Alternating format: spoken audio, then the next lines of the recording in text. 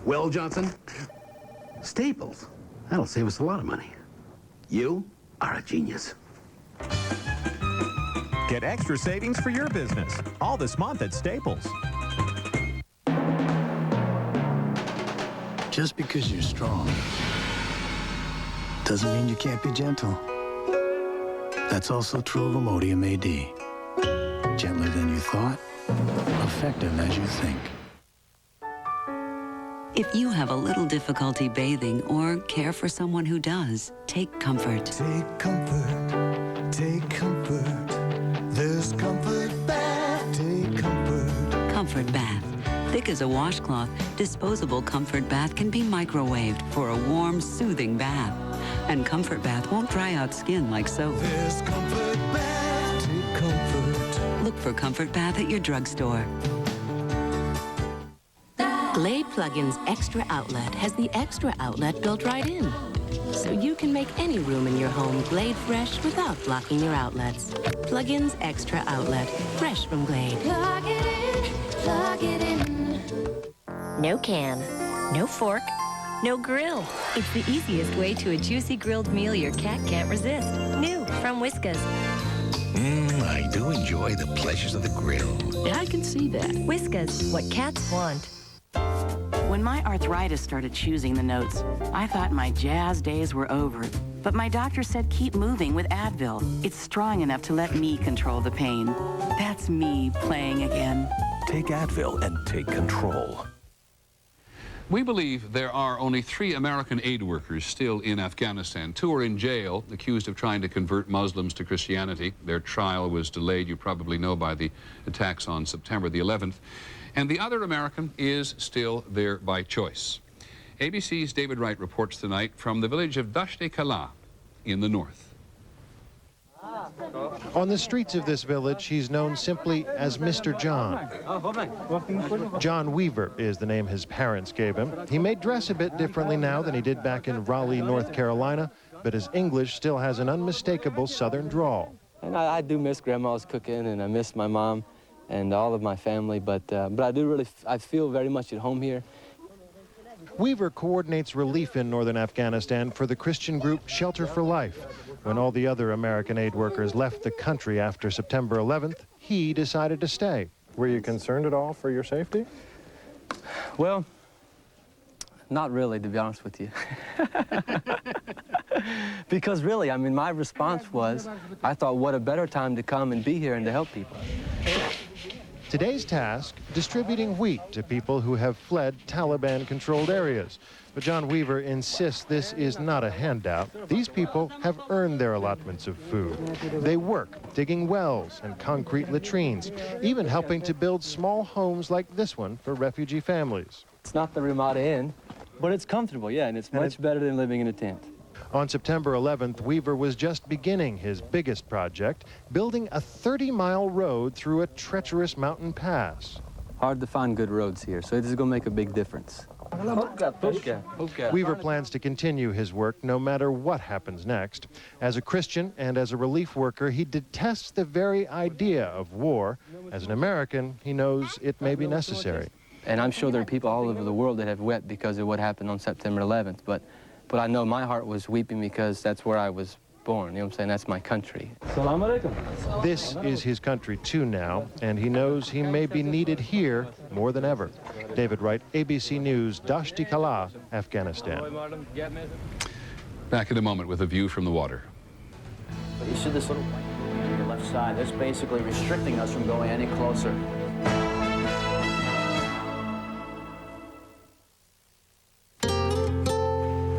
It seems like only yesterday.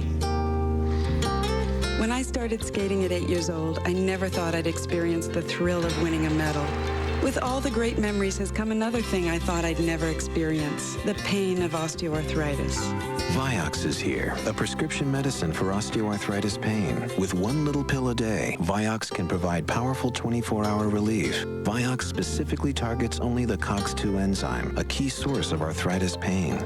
People with allergic reactions such as asthma to aspirin or other arthritis medicines should not take Vioxx. In rare cases, serious stomach problems such as bleeding can occur without warning. Tell your doctor if you have liver or kidney problems. For more information, talk to your doctor about once daily Vioxx for the relief of osteoarthritis pain. Perhaps my biggest victory is to be able to plan my day around my life instead of my pain. Ask your doctor if Vioxx is right for you. Vioxx for everyday victories. Be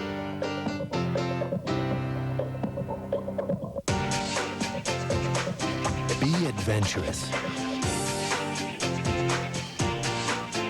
Be plugged in. Be involved. Be powerful. Be yourself. Because it's your choice, your voice, and your attitude. Today's AARP. Once you pass 50, skincare's a whole new game. L'Oreal introduces age-perfect anti-sagging and ultra-hydrating treatment. Because mature skin has issues all its own. It starts to sag, loses resiliency, and needs more moisture. Age-perfect actually improves skin's resiliency, tightening its network as it deeply rehydrates. So effective, 83% of women reported more resilient skin. It's a major breakthrough for mature skin. New age-perfect anti-sagging and ultra-hydrating treatment, only from L'Oreal. Because you're worth it.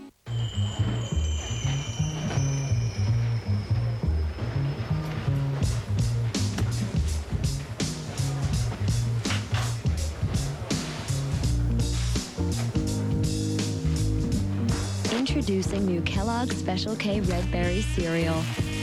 Crunchy sweet flakes, now with slices of real strawberries, right in the box. Looking good, never tasted so great. Kellogg's Special K Red Berries. It's new. Warnings of a new attack, and America's on high alert. How real is the threat? Get answers from the Senate's top Intelligence Committee members on This Week, Sunday. In the course of the last 3 weeks, I think we all know that life in New York City has become a national experience. Well, today we got a somewhat different perspective on the city from the water. In New York City, the famous Circle Line tour around the island of Manhattan has always been one of the best ways to appreciate this city. My name is Chris Mason. I'll be your guide today. Chris Mason has worked the Circle Line for 16 years. The boats went back into operation just over a week ago. There has not been time to reprint the brochures. It is so different being in the harbor now.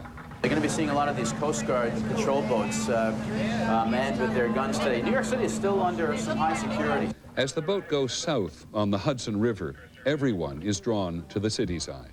Yeah, folks, sad sight, we're coming up to ground zero. Behind those towers once stood those mammoth twin towers. For several minutes, Mason simply has no commentary.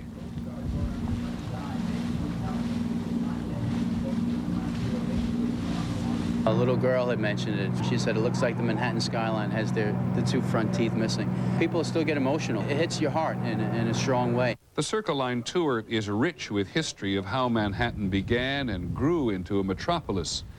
It is down here where the first ships landed more than 3 centuries ago, and that this year's damage was done. Jerry Smith is from Columbus, Ohio. He's been here working with the Red Cross. He needed to see the new skyline before he went home. It's frightening that it could happen here in New York City, could happen in the United States. I'm from Fayetteville, Arkansas. I love to come to New York once a year to get my mental batteries charged up. Everything is interesting and lively, and it almost makes me interesting and lively.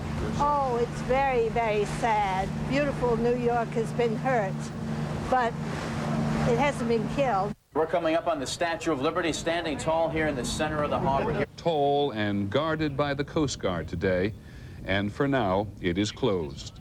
But today, it is the skyline which people concentrate on. Represents really the heart of America. It is still the greatest city in the world. And Chris Mason, whatever has happened here, is still a booster. Please go out there and take advantage of everything New York has to offer. Good luck and enjoy your stay here in New York City. Have a good day, folks. Thanks a lot. When we come back, history in Houston.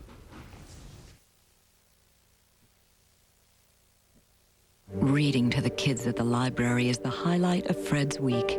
But some days, his COPD keeps him from being there. Chronic bronchitis or emphysema associated with COPD can keep you from doing simple things. But now taking Ceravent helps me take fuller breaths. Nothing can reverse COPD, but taking Ceravent twice a day can help improve your lung function around the clock. Ceravent should not replace fast-acting inhalers for sudden symptoms or be taken more than twice a day. Some people may experience increased blood pressure, heart rate, or changes in heart rhythm. Ceravent is a prescription medicine and may not be right for everyone. Tell your doctor if you have a heart condition or high blood pressure, or take MAOIs or tricyclic antidepressants. Ask your doctor if Ceravent is right for you. And start taking fuller breaths. I'm very proud of my lawn. In the fall, I use Scott's Winterizer. The food enters the root system, stores it over the winter. Then in the spring, perks that grass right up. Scott's Winterizer gives me the last green lawn in the fall and the first green lawn in the spring. I'm every man. And every woman who ever suffered from frequent, persistent heartburn. If you've treated your heartburn and changed your diet, but it comes back 2 or more days a week, then you may know about the burning pain of acid reflux disease. But there's something about acid reflux that I didn't know. Over time, that acid churning up can wear away the lining of your esophagus. I didn't know. I didn't know. I didn't. But today, there's a purple pill called Nexium. It's from the makers of Prilosec.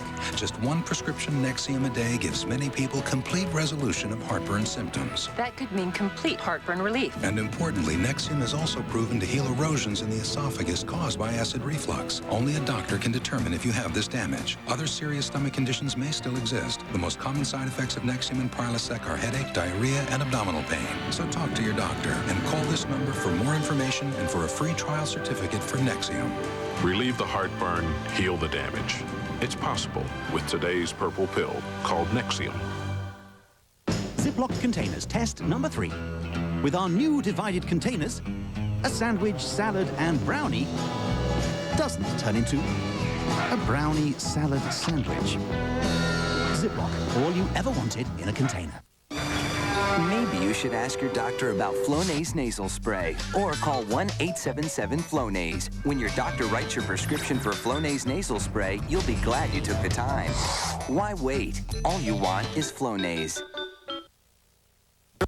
I'm Paul Ledman. Coming up next on K2 News, they're now armed at the airport. Today, National Guard members carry firearms for the first time at PDX. Governor Kitzhaber reveals his plan to boost Oregon's troubled budget, and a passenger aboard a plane bound for Portland poses as a sky marshal. We'll hear from the man who confronted him. Join us next for K2 News. Tonight on Nightline, how prepared are we for a chemical or biological attack? Clear and present danger. A special town meeting. We thought we'd end tonight with just a little of Barry Bonds. There's not a great deal to tell you. He did tie Mark McGwire's record last night for 70 home runs when they were in Houston. It was, mind you, touch and go for a while. Walk 1. Walk 2. Walk 3. So many other people were pleading with Houston to pitch, including his kids. Pitch to the man, for goodness sakes. And so in came the rookie. Play to the right side of the infield. There's a high drive deep into right center field, and Bonds has hit number 70 into the upper deck. He has tied McGwire.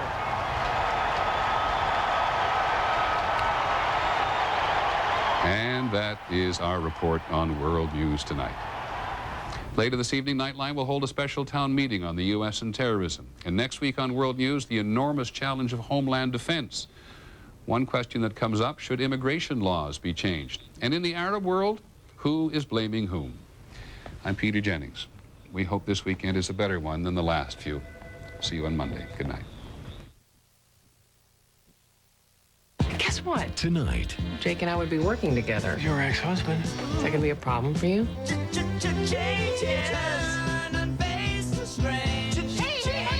I hate my life. Once and again.